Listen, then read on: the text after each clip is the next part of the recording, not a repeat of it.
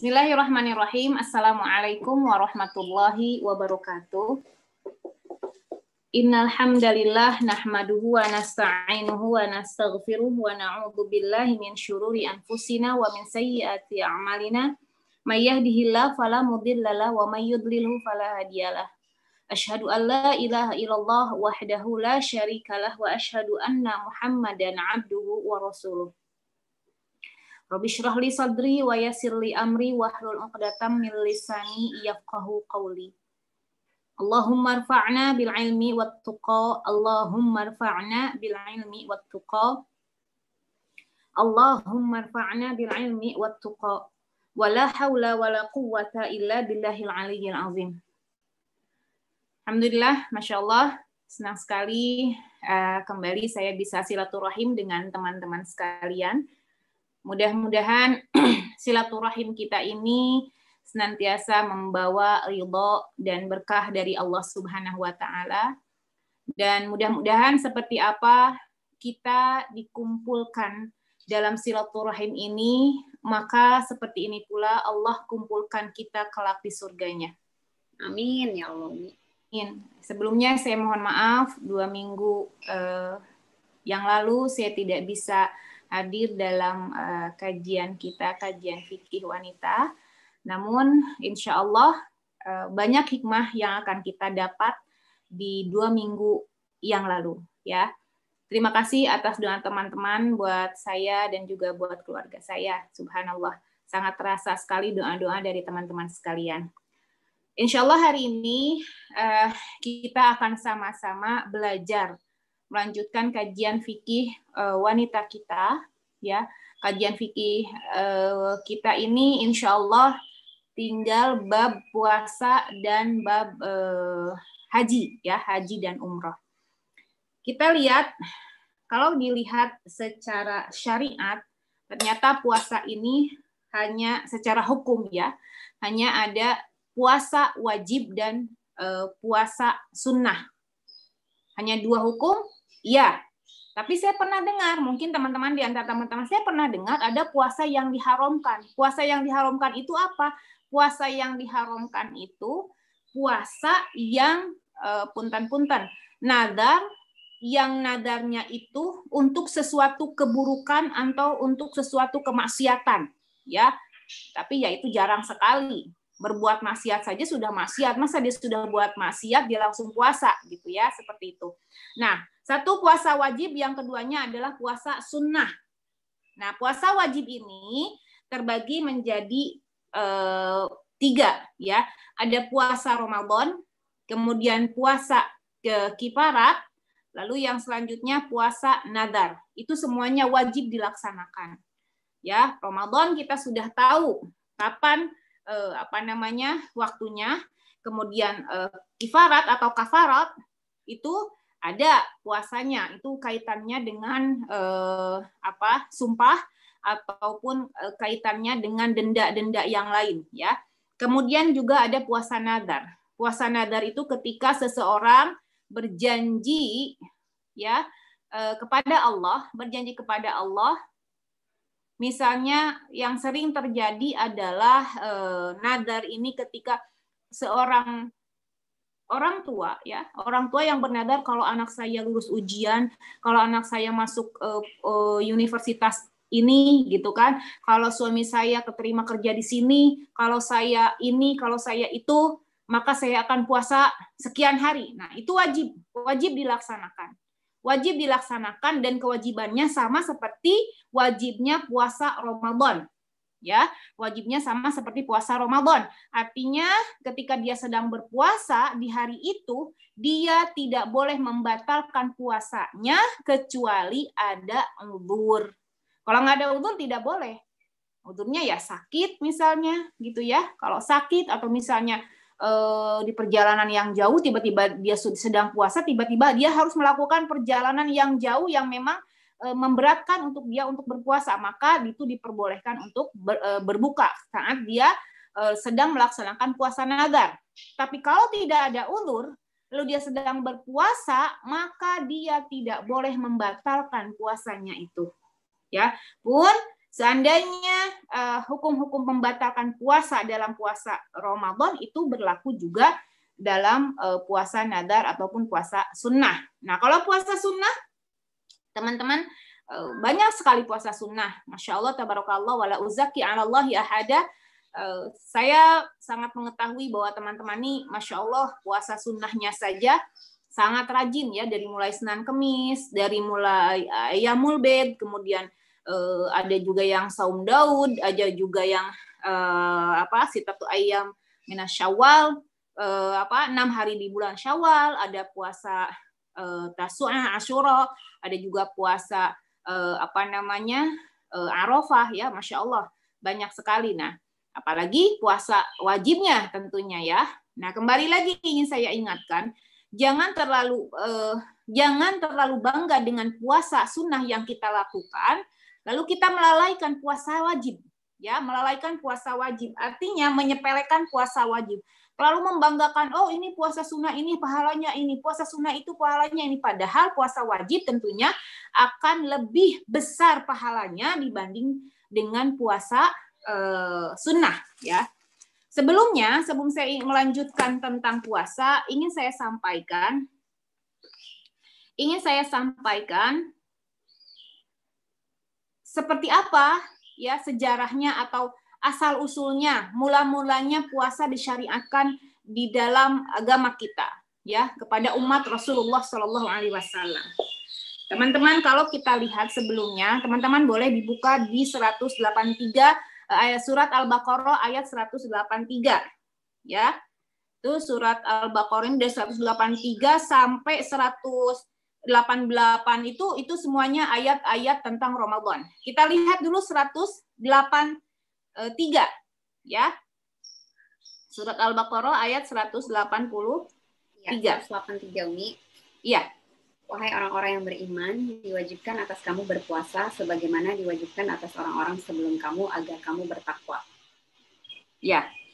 Nih, kalimatnya indah sekali kalau di dalam bahasa Arabnya, ya ayyuhalladzina amanu kutiba alaikumussyam. Ada ya? Ketemu kalimatnya kutiba alaikumussyam.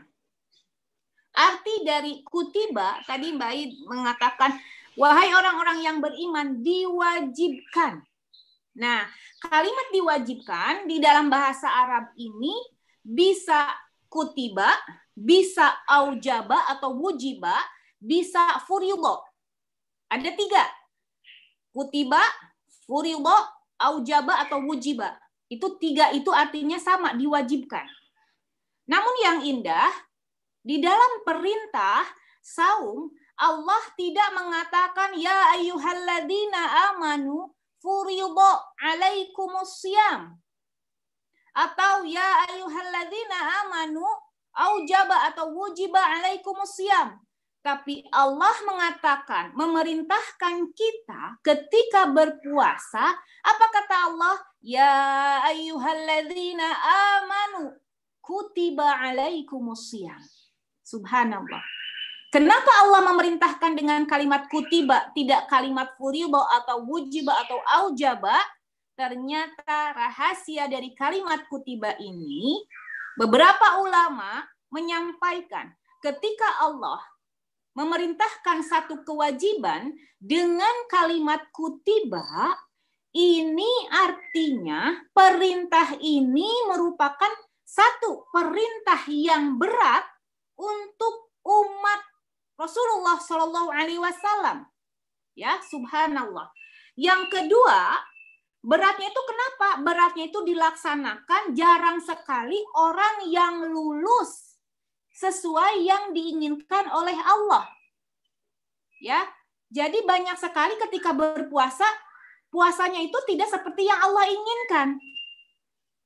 Bukan hanya puasa menahan lapar dan dahaga, ya kan? Tetapi juga menahan hawa nafsu, kemudian menahan hati dari hasad, iri dan dengki, kemudian lagi selalu berzikir dan mengingat Allah. Nah, ini jarang sekali. Yang sering terjadi adalah puasanya itu hanya puasa apa? Puasa menahan lapar dan dahaga saja. Jarang orang yang lulus semuanya, jarang. Lalu apakah ketika dikatakan jarang ada yang lurus dapat pahala nggak Umi Maki? Insya Allah dapat pahala kalau dia memang sudah berusaha. Ya, tetap kalau dia berusaha, Allah tidak akan menyia-nyiakan usahanya itu. Ada lagi nggak? Subhanallah, perintah yang dirasa berat diawali dengan kutiba. Punten, kalimatnya ada lagi. Dikatakan, ya ayyuhalladzina amanu kutiba alaikumul kisos. Ya, subhanallah. Ada dikatakan kutiba alaikumul kisos. Ada juga dikatakan kutiba alaikumul kital. Diwajibkan atas kalian hukum kisos. Subhanallah, hukum kisos itu apa? Al-qatlu bil qatli. Bunuh ya dengan bunuh lagi. Itu hukum kisos. Ya. Di Indonesia saja deh, nggak usah lihat di negara lain. Hukum kisos di Indonesia berlaku tidak? Tidak. Maka kalimatnya apa? Kutiba. Kutiba alaikumul kisos. Sulit dilaksanakan, berat dilaksanakan. Sekarang kutiba alaikumul kital, diwajibkan atas kalian berperang. Ya, berperang. Nah, berperang di sini sulit, ya sangat sulit. Kalau hanya berperang mengangkat senjata, itu tidak terlalu sulit. Tetapi yang sulit ini adalah justru berperang melawan hawa nafsu. Maka ketika Allah memerintahkan untuk puasa, Allah mengatakan kutiba alaikumus siyam, bukan furiḍa alaikumus siyam. Ketika Allah memerintahkan untuk berperang, Allah mengatakan kutiba alaikumul qital, bukan furiḍa alaikumul qital. Ketika Allah, subhanallah, ketika Allah memerintahkan hukum kisos dilaksanakan, Allah tidak mengatakan furiḍa alaikumul kisos, tapi Allah mengatakan kutiba alaikumul kisos. Berat? Ya, sangat berat. Ini kenapa Allah memerintahkan puasa dengan kalimat kutiba alaikumus siyam. Lalu selanjutnya, di sini dikatakan, ya ayyuhalladzina amanu kutiba alaikumus siyam kama kutiba alal ladzina min qablikum. Nah, kalau ada kalimat kama kutiba alal ladzina min qablikum, seperti yang telah kami perintahkan, seperti yang telah diperintahkan kutiba min qablikum alal ladzina min qablikum kepada orang-orang sebelum kalian, artinya sebelum kita umat Rasulullah Shallallahu Alaihi Wasallam ternyata Allah sudah memberikan ternyata sudah ada syariat saum atau syariat puasa sebelum umat Rasulullah Shallallahu Alaihi Wasallam. Wallahu alam, perbedaan pendapat ini ada yang mengatakan yang pertama kali saum itu adalah saumnya Nabi Nuh, ya, saumnya Nabi Nuh. Saumnya Nabi Nuh itu ketika Nabi Nuh berpuasa,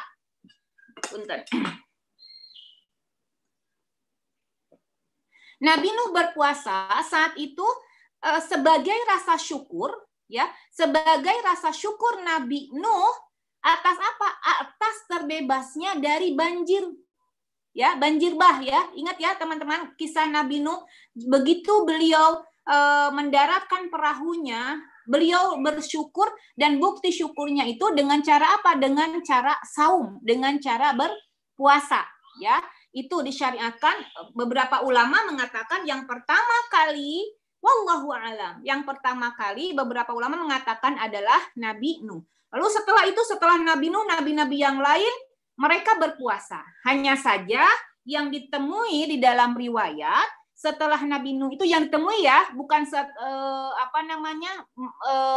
yang ada riwayatnya. Di sini yang terkenal riwayatnya, saum ini dilakukan oleh Nabi Musa. Ya, kapan Nabi Musa saum? Nabi Musa saum saat itu ketika beliau hendak menerima perintah dari Allah atau menerima wahyu. Beberapa pendapat dikatakan menerima Taurat, ya, perintah berupa Taurat. Saat itu beliau Nabi Musa akan berkomunikasi dengan Allah. Ya, mungkin teman-teman bertanya, memang bisa berkomunikasi dengan Allah secara langsung? Ya, hanya Nabi Musa. Makanya subhanallah dikatakan bahwa Nabi Musa ini kalimullah. Artinya apa? Kalimullah itu nabi yang bisa berkomunikasi dengan Allah biduni turjuman, tanpa ada perantara, tanpa ada penerjemah. Ya, subhanallah. Jadi Nabi Musa ini terkenal dengan kalimullah. Kalau begitu sampai di Gunung Tursina, nah, jadi sebelum sampai ke Gunung Tursina, Nabi Musa ini beliau berpuasa selama 30 hari. Ya, beliau berpuasa selama 30 hari. Setelah berpuasa 30 hari, karena beliau merasa akan bertemu dengan Rasulullah, dengan Allah, dan beliau ingin ketika bertemu dengan Allah dalam keadaan mulutnya yang wangi. Sehingga apa yang dilakukan oleh Nabi Musa? Beliau mencuci mulutnya atau berkumur-kumur. Ternyata yang Allah inginkan bukan seperti itu. Ternyata Allah lebih menyukai bau mulut orang yang berpuasa. Bahkan dikatakan di dalam riwayat, bau mulutnya orang berpuasa ini lebih wangi daripada minyak kasturi. Nah, ketika Nabi Musa mencuci mulutnya di hari ke-30 karena akan bertemu dengan Allah, ternyata subhanallah yang Allah inginkan bukan seperti itu. Setelah Nabi Musa tahu bahwa Allah menginginkan bau mulut orang yang berpuasa, lalu Nabi Musa menambahkan puasanya 10 hari lagi. Makanya di dalam Al-Quran dikatakan, di dalam surat Al-A'raf ayat 142, di sini dikatakan, a'udzubillahi minasyaitonirrajim, bismillahirrahmanirrahim, wa wa'adna Musa 30 lailah. Ya. Di sini dikatakan kami telah menjanjikan kepada Musa akan memberikan Taurat sesudah berlalu waktu 30 hari. Watmamnaha, lalu kami sempurnakan bi asyrin, dengan 10 hari lagi. Fatamma miqatu rabbihi arba'ina lailah. Maka lengkaplah, di sini dikatakan, maka sempurnalah jumlah malam itu dengan 10 malam lagi, maka sempurnalah waktu yang telah ditentukan oleh Allah selama berapa? 40 hari. Jadi Nabi Musa saat itu berpuasa awalnya 30 hari. Saat akan menerima tugas dari Allah, menerima wahyu dari Allah berupa Taurat. Di mana? Di Gunung Tursina. Sebelum ke Gunung Tursina, beliau 30 hari atau 30 hari di sini, kalau di sini dikatakan lailah, 30 malam, ya. 30 malam beliau berpuasa. 30 hari 30 malam mungkin ya. Beliau berpuasa. Namun sayangnya karena ketidaktahuan, Nabi Musa mencuci mulutnya di hari yang ke-30. Padahal Allah lebih menyukai apa? Allah lebih menyukai bau mulut orang-orang yang berpuasa. Subhanallah. Sehingga Nabi Musa menambah puasanya 10 malam lagi. Kalau kita lihat dari Al-Quran, 10 malam lagi atau 10 hari lagi, sehingga sempurnalah puasanya Nabi Musa sebanyak berapa? Sebanyak 40 hari. Nah, lalu bagaimana dengan saum-saum yang lain setelah Nabi Musa ada lagi? Ada. Jadi setelah Nabi Nuh itu terus para nabi pun berpuasa. Namun wallahu alam bagaimana cara mereka berpuasa? Apakah sama dengan cara kita berpuasa atau tidak? Contohnya punten seperti halnya Maryam, ya. Siti Maryam. Siti Maryam pun sudah berpuasa saat itu. Cara dari Siti Maryam berpuasa berbeda dengan kita berpuasanya. Bagaimana? Siti Maryam ketika berpuasa bukan hanya puasa makan dan minum, tetapi juga beliau Siti Maryam ini puasa dari apa? Dari bicara. Sehingga dikatakan inni nadartu lirrahmani sauma. Aku bernadar kepada Allah untuk sauma. Sauma di sini bukan hanya makan dan minum, tetapi juga apa? Nadarnya itu untuk saum, untuk berbicara. Ya. Nah, ini jadi dari Nabi Nuh, setelah Nabi Nuh berpuasa, terus setiap dari Nabi Nuh sampai Nabi Muhammad itu mereka berpuasa, hanya tata caranya tentu tidak sama dengan tata cara puasa yang disyariatkan oleh Rasulullah SAW kepada kita. Wallahu a'lam seperti apa. Nah, selanjutnya kita lihat bagaimana puasa disyariatkan kepada umat Rasulullah SAW. Ternyata disyariatkannya saum kepada umat Rasulullah Shallallahu Alaihi Wasallam bermula dari tahun pertama hijrah, ketika Rasulullah Shallallahu Alaihi Wasallam tiba di kota Madinah. Ya, begitu tiba di kota Madinah, ternyata beliau mendapatkan orang-orang Madinah, ya, orang-orang Madinah, khususnya kaum Yahudi, mendapatkan orang-orang Madinah, khususnya kaum dari Yahudi, sedang berpuasa, ya, sedang berpuasa. Lalu Rasulullah bertanya kepada mereka, apa yang dilakukan oleh mereka? Saum ya Rasulullah. Saum apa yang mereka lakukan? Mereka menjawab bahwa, punten, orang Yahudi berpuasa itu sebagai bentuk syukur.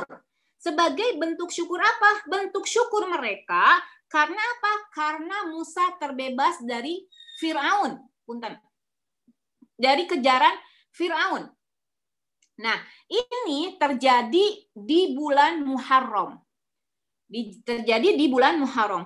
Lalu subhanallah, ketika Rasulullah mengetahui jawaban, kenapa orang Madinah, khususnya orang Yahudi di sana, ketika Rasulullah sampai berpuasa, ternyata karena bentuk syukur terbebasnya Nabi Musa dari Firaun. Apa jawaban Rasulullah? Rasulullah Shallallahu Alaihi Wasallam mengatakan, sesungguhnya harusnya kita yang lebih berhak untuk berpuasa.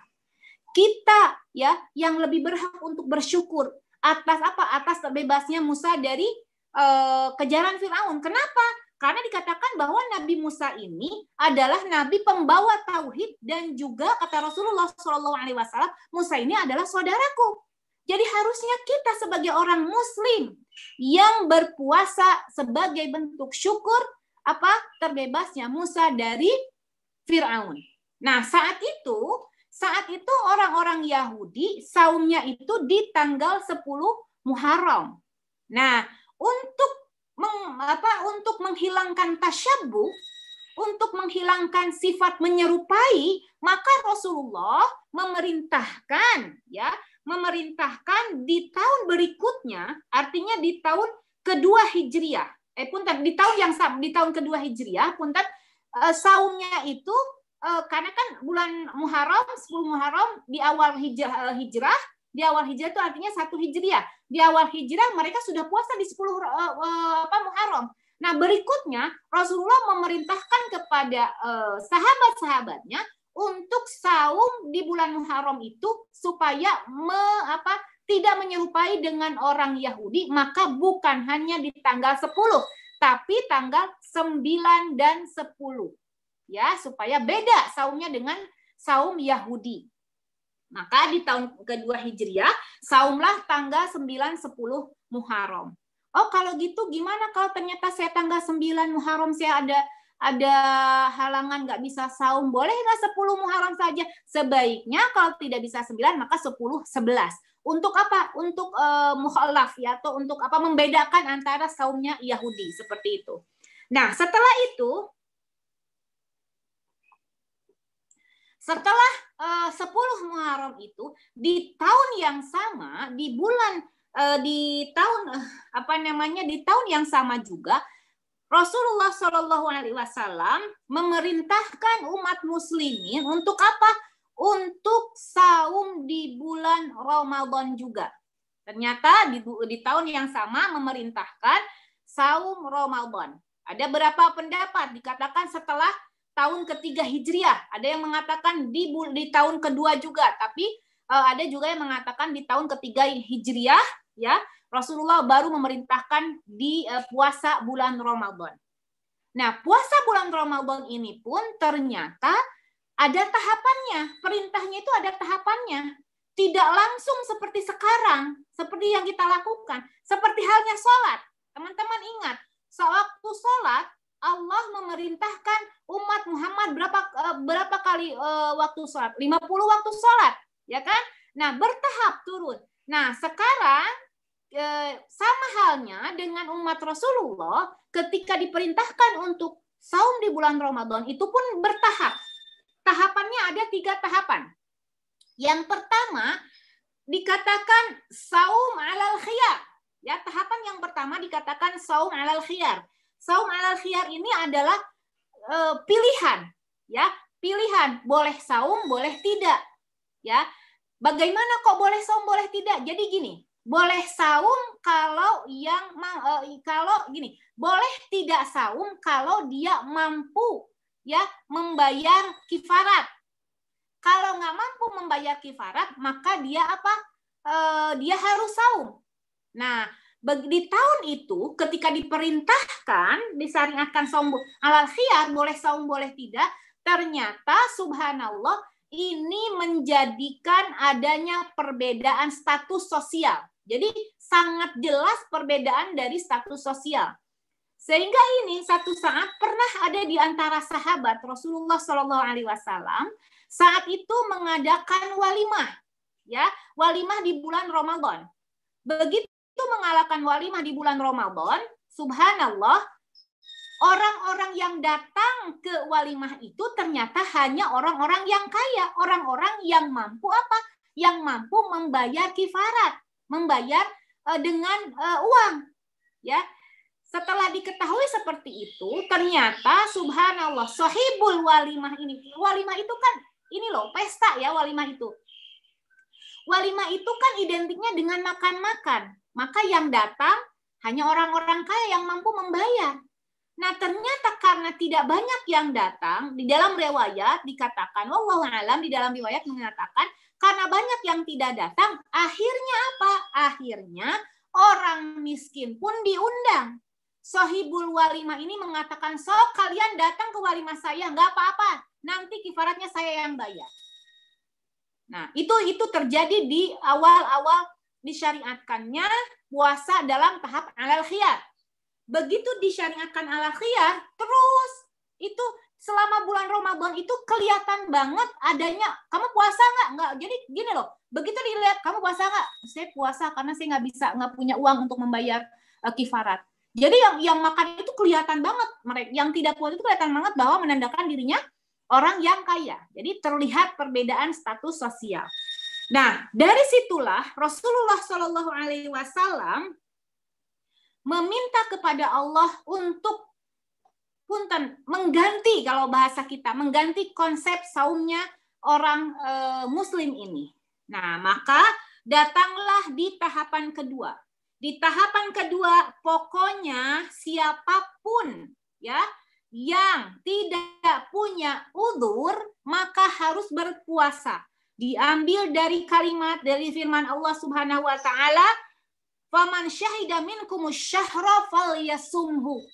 Barang siapa yang melihat, faman syahida minkumus syahra, sudah terlihat bulan Ramadan itu tiba, falyasumhu, maka diwajibkan untuk berpuasa. Diwajibkan untuk berpuasa kecuali dengan udzur, ya, kecuali dengan udzur. Artinya apa? Artinya punten, di tahapan pertama ya, di tahapan pertama itu suami istri sama sekali nggak boleh berhubungan. Di tahapan pertama suami istri sama sekali tidak boleh berhubungan, baik itu siang apalagi maupun malam, itu tidak boleh di tahapan pertama. Ya, nah di tahapan kedua, faman syahida minkumus syahra falyasumhu, semuanya harus puasa. Mau kaya, mau miskin harus puasa. Boleh batal kalau ada udzur. Ya, boleh batal kalau ada udzur. Nah, di bulan yang di tahun kedua, ya tahun keduanya berarti ya, tahun kedua setelah diperintahkan puasa, di tahapan keduanya ini, di sini subhanallah sempat dilarang untuk berhubungan antara suami dan istri. Nah, tetapi ternyata beberapa sahabat pun berbicara kepada Rasulullah SAW bahwa kami tidak mungkin kalau tidak melakukan ibadah suami istri selama 1 bulan ini. Artinya Rasulullah meminta kepada Allah, ya, meminta kepada Allah untuk diberikan keringanan lagi, ya, untuk diberikan keringanan lagi. Sehingga apa? Sehingga turunlah ayat uhilla lakum lailatas shiyam, ya, ar-rafath ila nisaikum. Dihalalkan untuk kalian mendatangi istri-istri kalian kapan? Lailah, di malam hari. Nah, namun ini pun bertahap diperbolehkannya. Bertahapnya seperti apa? Saumnya itu di tahapan yang kedua ini, saumnya itu begini Bunda.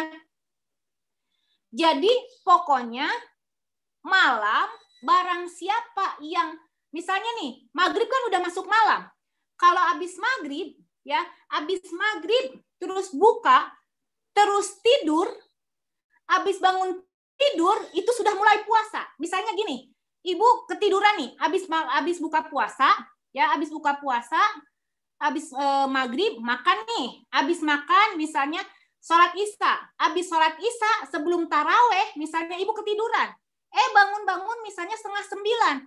Nah saat itu dari 8:30 malam itu sampai maghrib lagi itu puasa. Jadi pahami nggak teman-teman?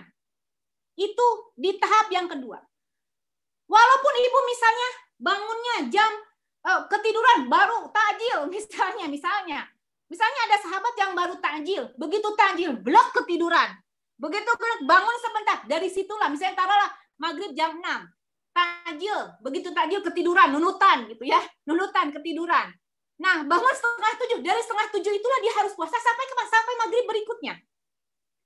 Itu dulu tahapan kedua. Sama halnya ketika hubungan suami istri.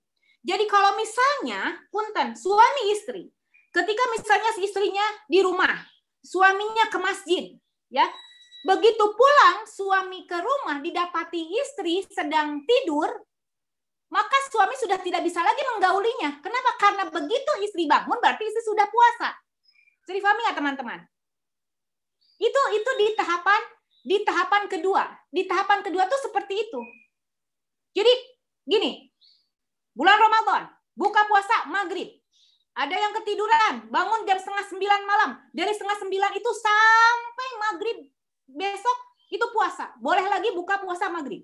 Pun sama dengan hubungan suami istri. Kalau suaminya ke masjid, ya, kalau suaminya ke masjid, begitu pulang didapatinya istrinya sudah tidur duluan, suami nggak bisa ngapa-ngapain lagi. Kenapa? Karena begitu kalau istrinya bangun, istrinya pun sudah diwajibkan untuk puasa. Nah, ini berlangsung juga di tahapan kedua ini. Sehingga apa? Pernah kejadian satu saat ada seorang sahabat dihebohkan, pokoknya viral kalau bahasa sekarang. Viral ada seorang sahabat yang pingsan gara-gara puasa. Subhanallah. Ribut para sahabat. Ada seorang yang pingsan gara-gara puasa. Sehingga sampailah ke telinga Rasulullah Shallallahu Alaihi Wasallam. Rasulullah kaget dong. Masa iya cuma puasa doang bisa pingsan? Dicari tahu ternyata dia, si fulan ini pingsannya seperti puasanya seperti apa. Jadi taruhlah punten dia ketidurannya itu menjelang maghrib. Taruhlah jam 5 atau 5:30. Bangun lagi setelah isya. Ya kan, sementara batas buka tuh dari maghrib. Bisa dipahami nggak teman-teman? Batas buka tuh dari maghrib. Begitu dia bangun habis isya, berarti dia harus mulai puasa. Berarti dia nggak buka. Sehari semalam nggak buka, puasa terus. Dan qadarullah di hari kedua pun dia melakukan hal yang sama. Ketiduran lagi. Bisa dipahami nggak teman-teman? Ketiduran lagi, bangunnya setelah isya lagi. Ini riwayat nih. Bangunnya setelah isya lagi. Berarti dia nggak boleh buka karena sudah lewat maghrib. Akhirnya dia 2 hari 2 malam dia puasa. Subhanallah. Dan kita nggak tahu dia sahurnya seperti apa kan. Kemudian di hari ketiga, qadarullahnya kejadian lagi hal yang sama. Tentuingan kan, sampai 3 hari. Ya, sampai 3 hari dia melakukan hal yang sama. Akhirnya karena kelelahan, karena juga mungkin perutnya juga sebelumnya tidak terisi dengan benar, maka pingsanlah orang itu. Dan sampai berita ini kepada Rasulullah Shallallahu Alaihi Wasallam, maka Rasulullah pun tertawa. Subhanallah. Setelah itu apa? Rasulullah Shallallahu Alaihi Wasallam meminta kepada Allah untuk merubah konsep puasa di bulan Ramadan. Maka turunlah, subhanallah, di sini dikatakan wa kulu washrabu hatta tabayyana lakumul khaytul abyadu minal khaytil aswad minal fajri. Maka silahkanlah kalian makan dan minum, ya, sampai tabayyana, sampai jelas tabayyana lakumul khaitul abyadu minal khaitil aswad, sampai jelas antara pagi dan malamnya. Ya. Sehingga apa? Sampai mana? Sampai fajar. Nah, jadi dari situlah mulai ini masuk ke tahapan ketiga, tahapan yang mana kita berpuasa seperti sekarang. Tahapan ketiga ini yang kita lakukan sekarang adalah puasanya dari mulai subuh sampai apa? Sampai maghrib. Ya, subhanallah. Dan di tahapan ketiga ini pula lah Allah atau disyariatkan untuk sahur. Dan harus kita ingat, di sini dikatakan sahur ini bukan mencari kenyang, tapi sahur ini mencari keberkahan. Makanya dikatakan tasaharu fa inna fis suhuri barakah. Sahurlah kalian karena di dalam sahur ini ada keberkahan. Nah, yang membedakan sahurnya orang Muslim dengan orang kafir juga adalah ada pada sahur, subhanallah. Nah, ternyata subhanallah harus kita ingat juga, harus kita ketahui juga, ketika kita sudah mengetahui sejarah-sejarah dari saum, kita baru bisa melangkah. Seperti yang pernah saya sampaikan, bahwa ketika seseorang berpuasa atau saum, umat Rasulullah Shallallahu Alaihi Wasallam ini digolongkan orang yang berpuasa. Umat Rasulullah Shallallahu Alaihi Wasallam yang sedang puasa digolongkan kepada 3 golongan. Yang pertama saumul umum, ya, saumul umum. Kemudian yang kedua saumul khusus. Kemudian yang ketiga saumul khusus bil khusus, ya, saumul khusus bil khusus. Kita lihat apa saumul umum. Saumul umum ini adalah seseorang yang hanya berpuasa untuk melepaskan kewajiban saja. Dia hanya menahan lapar dan dahaga, dia hanya menjaga farjnya, dia menjaga kemaluannya. Hanya itu saja. Ya. Jadi ini dikatakan saumul umum. Nah, ini beberapa ulama mengatakan orang yang berpuasa dengan konsep saumul umum hanya menahan lapar dan dahaga, hanya menjaga kemaluannya saja. Beberapa ulama mengatakan dia hanya mendapatkan, bahkan hampir tidak mendapatkan pahala dari saum, hanya menyelesaikan kewajibannya. Kalaupun dia dapat pahala dari saum, maka pahalanya sangat sedikit. Ya, pahalanya sangat sedikit. Ya, jadi karena apa? Karena saumnya itu hanya apa? Menahan lapar dan dahaga, juga menjaga kemaluannya saja. Tidak lebih dari itu. Ya, maka dikatakan juga orang-orang yang rugi. Kalau melakukan konsep saum seperti ini, mereka digolongkan kepada orang-orang yang rugi. Dapat pahala, beberapa ulama mengatakan hanya sedikit pahala yang dia dapat. Kemudian selanjutnya saum khusus saumul khusus. Saum khusus ini mereka yang berpuasa bukan hanya menahan lapar, bukan hanya menahan dahaga, bukan hanya menjaga kemaluannya, tetapi juga dia apa? Menjaga diri dari kemaksiatan-kemaksiatan. Ya, dia jaga dirinya dari kemaksiatan-kemaksiatan. Maka ini dikatakan saumnya orang-orang yang soleh. Ya, dan dia akan disatukan kelak di akhirat bersama sholihin, orang-orang yang soleh. Kemudian tahapan yang ketiga ada dikatakan saumul khusus bil khusus. Siapa yang dikatakan saumul khusus bil khusus? Orang yang saumul khusus bil khusus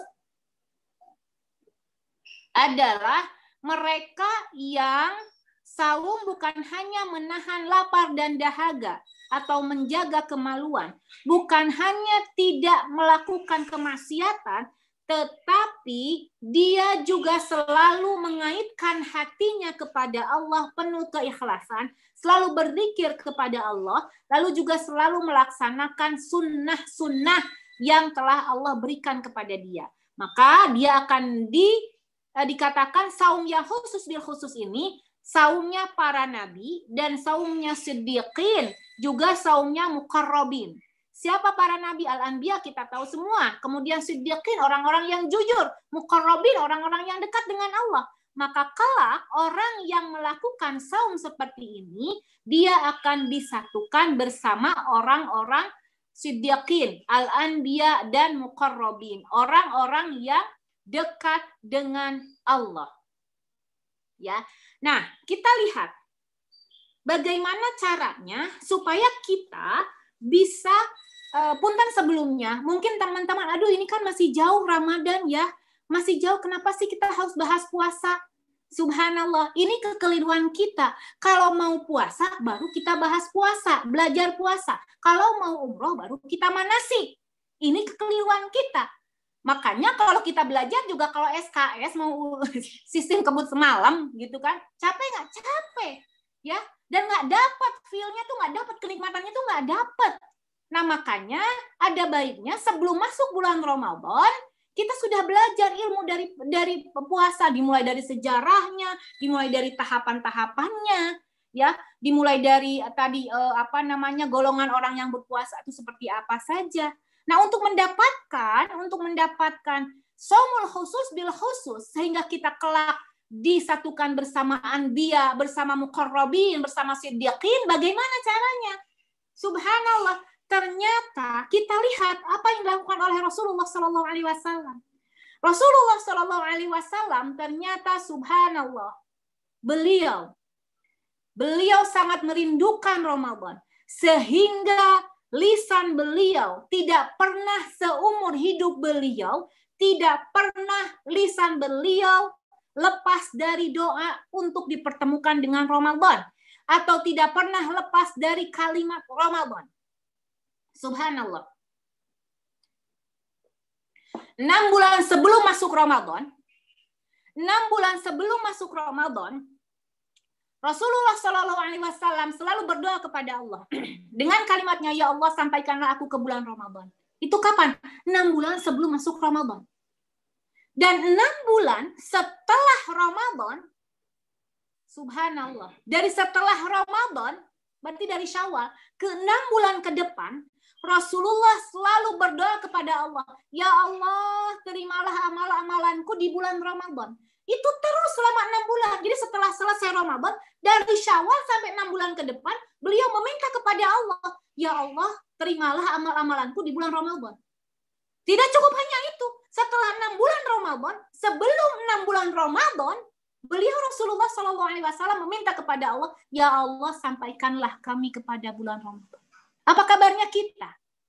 Apa kabarnya kita? Sudahkah meminta kepada Allah dari setelah Ramadan kemarin, meminta kepada Allah untuk diterima semua amal-amalan kita di bulan Ramadan, atau kita sudah kepedean saja?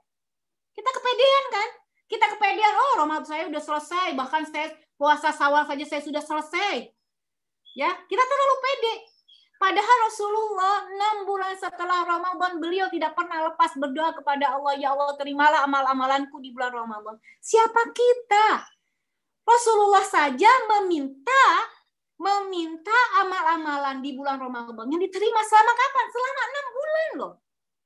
Dan subhanallah, setelah 6 bulan itu, 6 bulan yang selanjutnya, sebelum Ramadan, Rasulullah mulutnya, lisannya tidak pernah lepas meminta kepada Allah. Untuk apa? Untuk disampaikan kepada bulan Ramadan.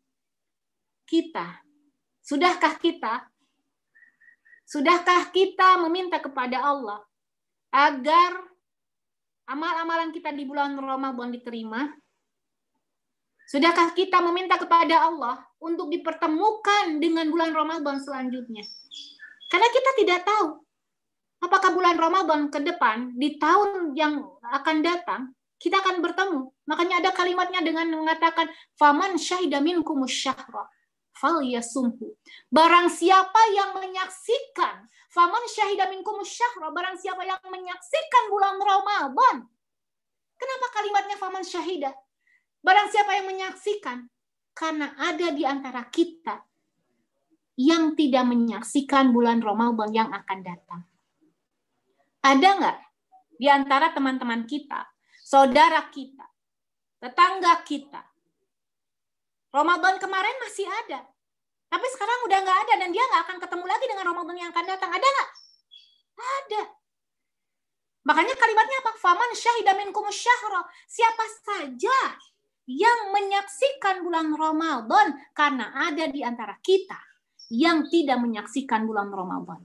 Usikum wa iya ya nafsi bitaqwallah. Mari kita sama-sama meminta kepada Allah untuk diterima ibadah kita di bulan Ramadan yang lalu. Meminta kepada Allah. Untuk apa? Untuk dipertemukan dengan bulan Ramadan yang akan datang. Untuk apa? Karena ini untuk mendapatkan predikat som khusus bil khusus. Dengan doa ini ketika kita berharap kepada Allah, maka timbul kerinduan. Syarat untuk mendapatkan som khusus bil khusus, timbulkan rasa rindu kepada bulan Ramadan. Maka insya Allah, ketika kita mulai berdoa kepada Allah untuk dipertemukan dengan bulan Ramadan, maka kita akan, amin ya Allah, akan mendapatkan predikat somul khusus bil khusus. Kita tanya pada diri kita sendiri, begitu sampai bulan Ramadan, kok saya biasa saja, sudah tinggal 2 hari Ramadan saja, saya kok nggak ada rasa rindu, saya kok biasa aja ya, nggak bergeming hati. Ketika ada di antara kita, hatinya tidak bergeming dengan aroma bulan Ramadan, bukan aroma bulan Ramadan menu-menunya ya bun, dengan indahnya bulan Ramadan, dengan maghfiratul dzunub, dengan ampunan di bulan Ramadan, dengan dilipat gandakannya pahala di bulan Ramadan, nggak bergeming tuh, cuek saja. Silahkan tanya pada diri kita, apa penyebab hati kita tidak memiliki rasa rindu dengan bulan Ramadan? Tanya diri kita, adakah dosa-dosa kita kepada Allah yang belum kita tobati? Ingat bahwa dosa akan menghalangi seseorang untuk beramal soleh. Ketika kita masih belum merasakan rindu untuk bertemu dengan bulan Ramadan, cek adakah dosa kita kepada orang tua yang belum kita mintakan maafnya kepada orang tua. Ingat, ridallah fi ridal walidain, wa suhtullah fi suhtil walidain. Mungkin orang tua memaafkan kita, walaupun kita tidak minta maaf, tapi ingat Allah tidak ridha begitu kita menyakiti orang tua kita. Kalau kita masih belum, subhanallah, belum merasakan kerinduan di dalam bulan Ramadan, cek, adakah dosa-dosa kita kepada orang lain yang mana kita belum meminta maaf kepada orang tersebut. Ya, banyak sekali dosa yang kita lakukan kepada orang lain. Punten, saya pernah menyampaikan, dosa ini ada dosa besar, dosa kecil. Contoh dari dosa kecil, kalau teman-teman, punten, contoh dari dosa kecil, teman-teman misalnya di satu kajian, ya, begitu di satu kajian, saya lewat, tiba-tiba kerudung saya menepis dari hidung teman-teman. Nah, ini dikatakan dosa kecil. Begitu saja, padahal saya nggak sengaja. Itu dikatakan dosa kecil. Atau pernah nggak teman-teman, begitu di masjid, mindahin sendal orang, posisi sendal orang. Pernah nggak? Nggak usah jawab. Nggak usah jawab kayak begitu. Posisi sendal kita bagus tuh. Itu dikatakan dosa kecil. Nah, cek. Ada nggak dosa kita kepada Allah yang belum kita tobati? Sehingga membuat hati kita nggak bergeming untuk bertemu dengan bulan Ramadan. Ngapain sih waktu begini jauh banget Ramadan udah dibahas? Ingat Rasulullah SAW 6 bulan setelah Ramadan beliau meminta kepada Allah untuk diterima doa amal-amalannya. 6 bulan sebelum Ramadan beliau minta kepada Allah untuk apa? Untuk dipertemukan dengan bulan Ramadan. Kalau hati kita masih nggak bergeming, nggak ada kerinduan dengan bulan Ramadan, cek. Bagaimana kabarnya kita kepada orang tua kita? Sudahkah kita bersilaturahim dengan orang tua kita? Usikum wa iya ya nafsi bitaqwallah. Sudahkah kita menyapa orang tua kita? Setiap hari sapa. Mereka di sana tuh senang banget. Subhanallah. Senang hanya ditanyakan, Assalamualaikum, apa kabar, Pak, apa kabar? Hanya begitu saja mereka tuh senang banget. Kita punya anak kan? Subhanallah, kita punya anak yang sudah dewasa. begitu anak kita pesantren, begitu anak kita ngekos di luar kota, begitu WA, begitu SMS tanya ke kita, Umi apa kabar, Abi apa kabar, aduh hati rasanya berbunga-bunga sekali. Ingat kamatadin tudan. Seperti apa kita melakukan sesuatu, maka seperti itu pula Allah akan membalasnya. Kita nggak usah minta sama anak kita, nah jangan lupa doain mama ya nak, nah jangan lupa doain papa, nggak usah, nggak perlu. Ingat kamatadin tudan. Ketika kita belum memaafkan orang tersebut, hati-hati. Ketika kita tidak mampu memaafkan orang lain, hati-hati. Dikhawatirkan Allah tidak mau mengampuni dosa-dosa kita. Ketika subhanallah, ketika kita masih belum bergeming, tidak ada kerinduan kepada bulan Ramadan, cek bagaimana hubungan kita dengan Al-Quran. Bagaimana hubungan kita dengan Al-Quran? Sementara ciri khas dari bulan Ramadan itu apa? Ciri khas dari bulan Ramadan itu adalah Al-Quran. Itu ciri khas dari bulan Ramadan. Jadi ciri khas dari bulan Ramadan itu Bunda bukan kolak, bukan gorengan, Bun. Bukan. Ciri khas bulan Ramadan itu adalah Al-Quran. Sekarang bagaimana kita bisa menanamkan rindu kepada diri kita kalau Al-Quran saja tidak akrab di telinga kita, Al-Quran saja tidak akrab di lisan kita, Al-Quran tidak akrab di hati kita. Usikum wa iyaya nafsi bitaqwallah. Untuk mendapatkan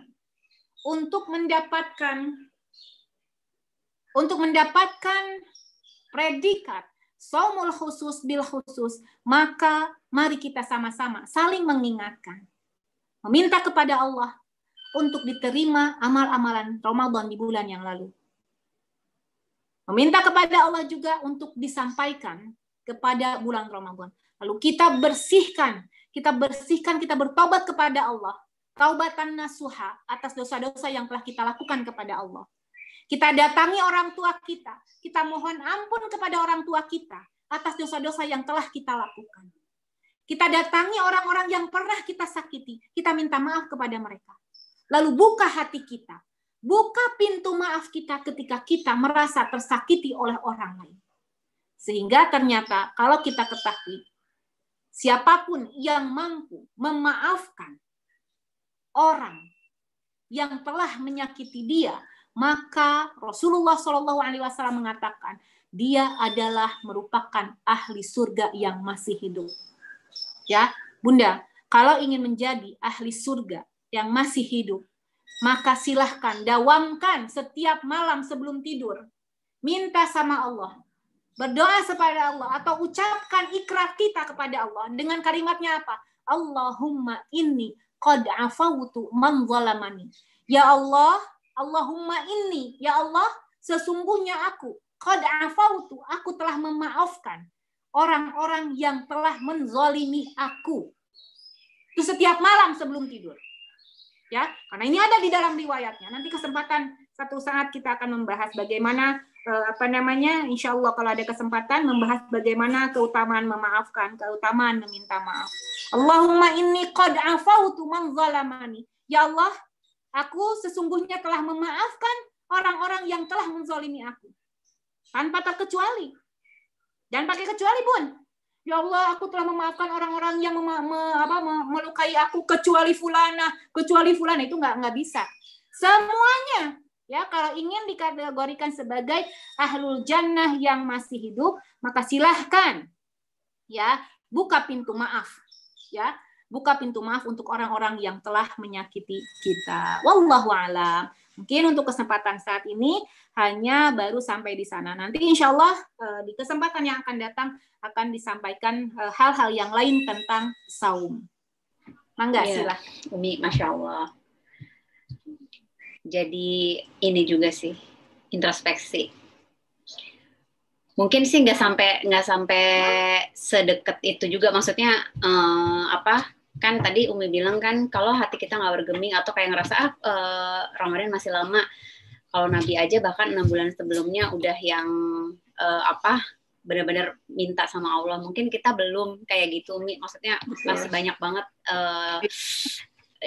dosa-dosanya. Bahkan tadi Umi bilang dosa kecil tuh ternyata yang seperti itu termasuk dosa kecil. Jadi ya mungkin kitanya harus banyak-banyak introspeksi, banyak-banyak berzikir, banyak-banyak istighfar gitu kan, karena ternyata banyak banget ya salah-salahnya gitu Umi. Masya Allah. Jadi ini tuh ada pertanyaan tentang yang masalah puasa yang berkenaan dengan haid, berkenaan dengan apalagi ganti-mengganti, itu boleh tanyain sekarang? Mangga, boleh ya Umi ya. Jadi ada pertanyaan, kalau misalnya puasa yang lalu yang batalnya karena haid namun belum dibayar sampai Ramadan berikutnya, itu hukumnya bagaimana? Apakah itu bisa diakumulasi lalu dibayar setelah Ramadannya lagi atau bagaimana Umi? Ya, bismillahirrahmanirrahim. Pertama yang harus dilakukan adalah bertaubat. Taubatan nasuha. Ya, kalau punten, yang ingin saya tanyakan penyebabnya apa dulu? Kalau penyebabnya lalai, maka yang pertama kali harus dilakukan adalah taubatan nasuha karena melalaikan perintah Allah. Ya, yang perlu diingat adalah bahwa kadang-kadang gini, orang belum selesai bulan bulan Ramadan, saum di bulan Ramadan sudah keburu tergiur dengan saum Syawal. Ya, sudah keburu tergiur dengan saum Syawal. Usikum wa iyaya nafsi bitaqwallah. Punten, hati-hati. Karena apa? Karena pahala saum ini Allah mengatakan wa ana ajzi bi. Aku yang akan memberikan pahala saum ini. Semua nggak ada yang tahu seberapa banyak pahala saum ini. Wa ana ajzi bi. Ingat bahwa pahala puasa wajib lebih besar daripada pahala puasa sunnah. Kalau kita mengetahui, kalau puasa bulan Syawal 6 hari, pahalanya ini, maka dia pahala saum dulu bulan Syawal 6 hari. Sehingga apa? Sehingga melalaikan qada puasa. Karena melalaikan qada puasa, sampailah ketika bertemu lagi puasa, dia tidak sempat membayar qada puasa. Yang dia ingat hanya puasa sunnah dan puasa sunnah. Padahal, punten, usikum wa iyaya nafsi bitaqwallah. Ini tentunya ada perbedaan pendapat.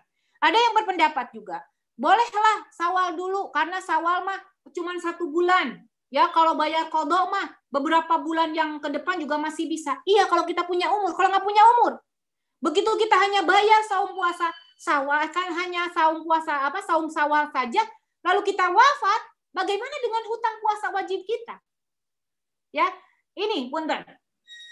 Ini dikatakan ini tentunya berbeda pendapat. Dikatakan barang siapa yang melakukan puasa Ramadan summat ba'ahu, lalu melanjutkan dengan barang siapa yang menyelesaikan puasa Ramadan summa lalu melanjutkan puasa di bulan Syawal, 6 hari di bulan Syawal, ya. Ini kan kalimatnya melanjutkan puasa bulan Syawal.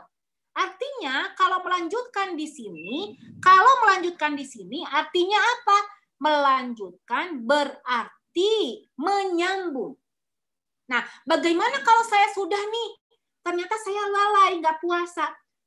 Silahkan taubatan nasuha. Lalu tahun yang kedepannya silahkan bayar puasa yang tahun lalu tidak dilaksanakan.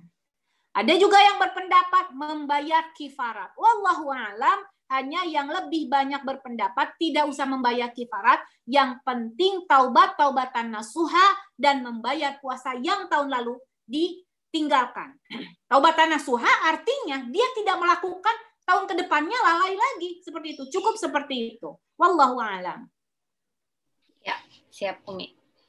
Jadi itu juga mungkin ada pentingnya juga, apalagi di sini ibu-ibu semua ya. Kalau saya tuh alhamdulillah, maksudnya kalau dulu dari zamannya sama orang tua itu dibiasain puasa sunnah Syawal, tapi harus bayar dulu. Jadi memang kayak abis selesai Ramadan, cuman Lebaran hari kedua, ketiga Lebaran tuh udah langsung bareng lagi puasa.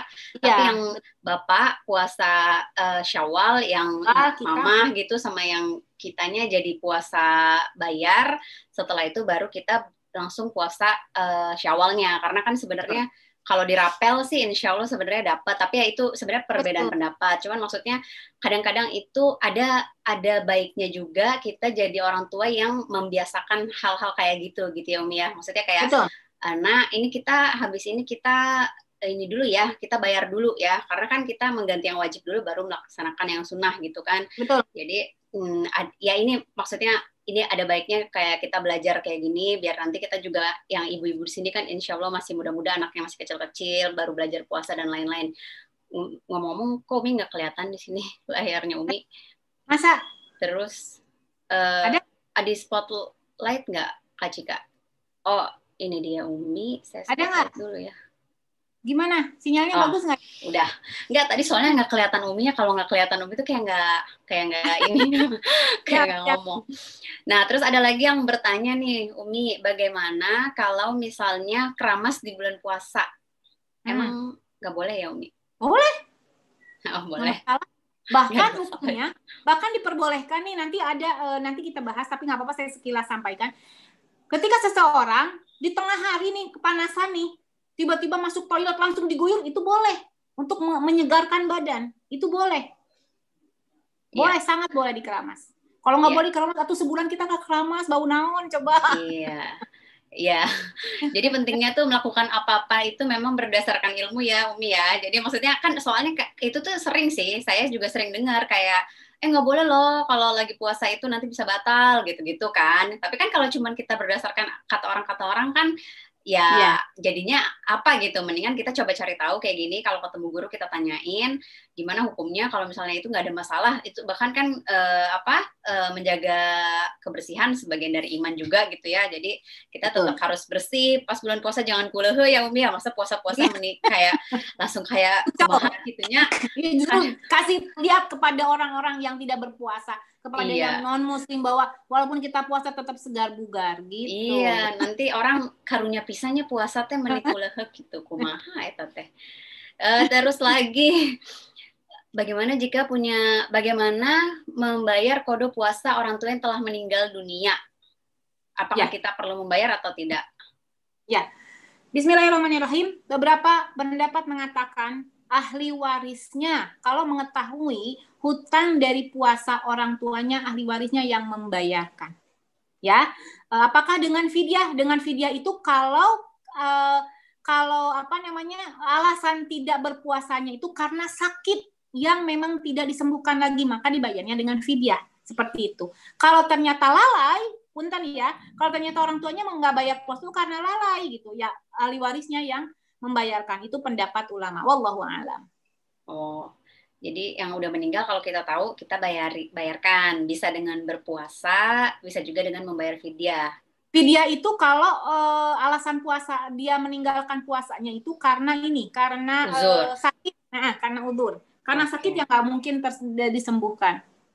Kalau misalnya memang ternyata nauzubillah, misalnya misalnya orang tua itu memang sehari-harinya tidak menjalankan puasa gitu, tetap kita coba bayarkan aja ya Umi ya. Maksudnya jadi memang akan ada memang yang orang tua tidak melaksanakan beberapa ibadah gitu. Saya ada kenalan yang seperti itu ya, tetap kita sebagai anak mencoba berbaktinya seperti itu ya. Baik. Misalnya kalau selama hidupnya tidak puasa, itu sudah bukan tanggungan kita lagi ya. Ya punten-punten dikalikan berapa tahun dia balik gitu kan. Itu tidak seperti itu juga. Yang kita ketahui kemudian mohonkan ampun kepada Allah ya. Kita yang mohonkan ampun, makanya doanya Allahumma gfir lahu atau Allahumma gfir laha atau Allahumma gfir lahuma ketika orang tuanya sudah meninggal. Itu dimohonkan, itu doa yang sangat dahsyat sekali ketika ada orang yang meninggal. Jadi dimohonkan, diistighfarkan. Nah, diistighfarkan dengan kalimat, kalau misalnya kok apa sih diistighfarkan memohonkan ampun. Allahumma gfir lahu tuh ighfir lahu, maafkanlah. Maksudnya diistighfarkan meminta kepada Allah, memohonkan ampun untuk yang telah wafat. Seperti itu. Allahu a'lam. Lalu kalau misalnya selama ini orang tuanya adalah mu'alaf, sebelum meninggal beliau setelah masuk Islam hanya menjalankan puasa tapi tidak sholat, kita harus bagaimana? Masih ada? Sebelum meninggal? sebelum meninggal, jadi mualaf. Sebelum meninggalnya itu memang hanya puasa yang dijalankan, jadi sholatnya enggak, umroh belum gitu. Maksudnya haji belum, zakat mungkin sih ya, tapi yang maksudnya kan biasanya kan kalau syahadat baru sholat ya Umi ya. Nah cuman sholatnya tuh belum, tapi puasanya full terus gitu Umi. Ya. Kita nggak bisa menggantikannya, kita mohon ampun saja. Mohonkan ampun. Kita terus mendoakan beliau. Karena doa anak yang soleh itu yakin diijabah oleh Allah. Memohonkan ampun, lalu berdoa kepada Allah untuk ditempatkan di tempat yang terbaik. Seperti itu. Insya Allah. Lalu ada lagi puasa sunnah apa saja yang dicontohkan Rasulullah SAW? Ya, puasa yang dicontohkan oleh Rasulullah SAW diantaranya adalah Senin Kamis, kemudian Ayyamul Bid, kemudian Saum Daud, kemudian juga Arafah, ya, lalu Tasu'a, kemudian Asyura, ya, itu salah satunya. Adapun mengatakan mungkin pernah ada puasa puasa Arafah juga ya masuk ya. Kemudian dikatakan puasa, pernah dengar bulan Sya'ban ya. Kadang-kadang orang di bulan Sya'ban tuh rame tuh broadcast ya. Maka puasalah ini Sya'ban. Nah, ini Rasulullah tidak mengkhususkan di bulan Sya'ban ini puasa tanggal sekian tidak. Tetap yang dikhususkannya itu ya Ayyamul Bid, seperti yang biasa dilakukan setiap bulannya, Ayyamul Bid, Senin, Kamis, seperti itu ya. Seperti itu. Hanya saja memang Rasulullah di bulan Sya'ban itu banyak melakukan saum. Karena apa? Karena di dalam riwayatnya di bulan Sya'ban ini bulan di mana amal-amal kita disetorkan kepada Allah. Sehingga kenapa Rasulullah banyak saum? Karena Rasulullah SAW berharap ketika amal-amalan beliau disetorkan kepada Allah, dia saat disetorkan amalnya sedang berpuasa. Jadi tidak, tanggal sekian Sya'ban tidak berpuasa. Iya, tidak. Tetap itu yang Ayyamul Bid, Ayyamul Bid. Jadi jangan sampai jangan sampai mengkhususkan bulan Sya'ban tanggal sekian. Ini yang keliru. Banyak kalau bulan Sya'ban dapat broadcast banyak kan ya, tanggal sekian ternyata tidak seperti itu. Wallahu a'lam. Ya, Umi. Tapi kalau misalnya Rasulullah SAW sendiri lebih banyak puasa yang Senin, Kamis, dan Ayyamul Bid atau yang Daud, Umi? Wallahu a'lam. Yang saya ketahui adalah Senin, Kamis. Tapi wallahu a'lam, mungkin karena Rasulullah itu sering sekali puasanya daripada bukanya, ya. Wallahu a'lam. Saya tidak mengetahui apakah Daudnya banyak atau Ayyamul Bidnya. Hanya saja Senin, Kamis, Ayyamul Bid yang sering seperti itu. Jadi, karena kalau misalnya kita mengcombine itu emang boleh nggak, Umi? Boleh. Maksudnya kayak berarti Senin, Kamis, kan kalau Senin, Kamis. Berarti habis Kamis ke Sabtu, habis Sabtu ke Senin, nanti ke Rabu. Nah, itu Kamisnya puasa lagi gitu, nggak apa-apa? Boleh. Iya. Berarti... Yang tidak boleh itu sebulan penuh puasa, itu tidak boleh. Kecuali bulan Ramadan. Nah itu dalam 1 bulan terus puasa nggak buka-buka, itu tidak boleh. Jangan menyamakan puasa di bulan 1 bulan lain dengan bulan Ramadan, kecuali bayar qadha. Gitu. Ya, tapi kalau misalnya bayar kodok boleh agak panjang. Boleh. Jadi kayak misalnya nifas kan 27 hari misalnya. 27 hari itu puasa setiap hari gitu. Boleh karena itu menggantikan yang wajib ya Umi ya. Betul. Bahkan ketika kita membayar kodok, jangan menyepelekan mentang-mentang kodok. Buka, nggak ada udzur, nggak boleh. Sama halnya seperti halnya bulan Ramadan. Ketika kita bayar qadha, kita hanya boleh buka puasa saat kita ada udzur. Kalau nggak ada udzur, nggak boleh. Ya, jadi waktu itu pernah ketemu sama temen juga yang lagi kebetulan saum. Kita udah bilang, kan nggak apa-apa kalau ada perjamuan kayak gini, buka aja. Lalu dia bilang, nggak bisa soalnya ini bukan puasa sunnah, tapi puasa wajib. Mengganti puasa wajib. Berarti kalau misalnya kita sedang puasa sunnah, sebenarnya boleh ya. Maksudnya akan lebih baik kalau memang kita buka aja ya Umi ya. Karena kita makan menghormati shahibul bait. Iya, baik. Ini ada satu lagi pertanyaannya. Terus tadi, tunggu. Mana ya tadi ya? Kalau misalnya setelah melahirkan, jadi belum sempat untuk mengganti, sudah hamil lagi. Jadi itu apakah dirapel-rapel terus aja Umi untuk selanjutnya gitu ya Umi ya? Ini insya Allah detailnya saya akan sampaikan pas pertemuan hukum puasa. Namun secara singkat saja, ini perbedaan pendapat sangat banyak sekali. Dari 4 mazhab berbeda pendapat. Namun ada pendapat dari Ibnu Umar. Ibnu Umar mengkategorikan orang yang sedang hamil dan orang yang sedang menyusui dikategorikan dengan orang yang sedang sakit, ya, orang tua yang sedang sakit. Sehingga apa? Sehingga cukup membayar fidyah tanpa saum. Ya, itu yang pendapat Ibnu Umar. Nanti kesempatan yang akan datang, nggak tahu minggu depan atau minggu depannya lagi, baru saya akan sampaikan perbedaan pendapatnya. Karena panjang sekali perbedaan pendapatnya. Hanya saja teman-teman tidak perlu mengikuti pendapat saya. Kalau saya pribadi, saya mengikuti pendapat Ibnu Umar. Jadi hanya fidyahnya saja ketika hamil dan menyusui. Seperti itu. Wallahu a'lam. Siap Umi. Ya, ada yang ikutan nimbrung. Assalamualaikum. Tuh, assalamualaikum katanya. Dia nggak dengar nih. Assalamualaikum. Apa jawabannya? Assalamualaikum. Waalaikumsalam warahmatullahi wabarakatuh. Masya Allah. Iya Umi, boleh kita alhamdulillah hari ini insya Allah kita lanjutin lagi untuk minggu depan ya Umi ya, insya Allah sehat-sehat semua. Mudah-mudahan Umi juga sehat, udah recovery ya Umi ya, insya Allah. Iya, kita boleh deh doa bareng-bareng ya Umi ya. Ya. Bismillahirrahmanirrahim. Bismillahirrahmanirrahim. Allahumma firil muslimina wal muslimat wal mu'minina wal mu'minat al ahya'i minhum wal amwat. Allahumma shfi maradana wa maradal muslimin wal muslimat shifaan la yughadiru saqama. Allahumma la tada' lana dhanban illa ghafartah wa la 'aiban illa satartah wa la hamman illa farajtah wa la dainan illa qadaitah. Allahu Akbar, Allahu Akbar, Allahumma inna nas'aluka imanan la yartad, wa na'iman la yanfad. Allahumma, Allahumma, Allahumma inna na'udzubika an nusyrika bika wa nahnu na'lam. Wa nastaghfiruka wa lima la a'lam. Allahumma inna nas'aluka salamatan fid din, wa afiyatan fil jasadi, wa ziyadatan fil ilmi, wa barakatan fil rizki. Wa taubatan qablal maut wa rahmatan 'indal maut wa maghfiratan ba'dal maut. Allahumma hawwin 'alaina fi sakaratil maut wa najata minan nar wal 'afwa 'indal hisab. Allahumma ya Allah ya Rahman ya Rahim, jadikanlah keluarga kami keluarga yang sakinah mawaddah warahmah. Ya Allah ya Rahman ya Rahim, jadikanlah anak-anak kami, keturunan-keturunan kami, keturunan-keturunan yang saleh dan salihah, sukses dunia akhirat. Ya Allah ya Rahman ya Rahim, jadikanlah keturunan-keturunan kami, keturunan Ahlul Quran yang kau cintai. Ya Allah ya Rahman ya Rahim, jadikanlah keluarga kami keluarga yang sakinah mawaddah warahmah. Ya Allah ya Rahman ya Rahim, siapapun yang mengaminkan doa kami ini, jadikanlah keluarganya keluarga yang sakinah mawaddah warahmah.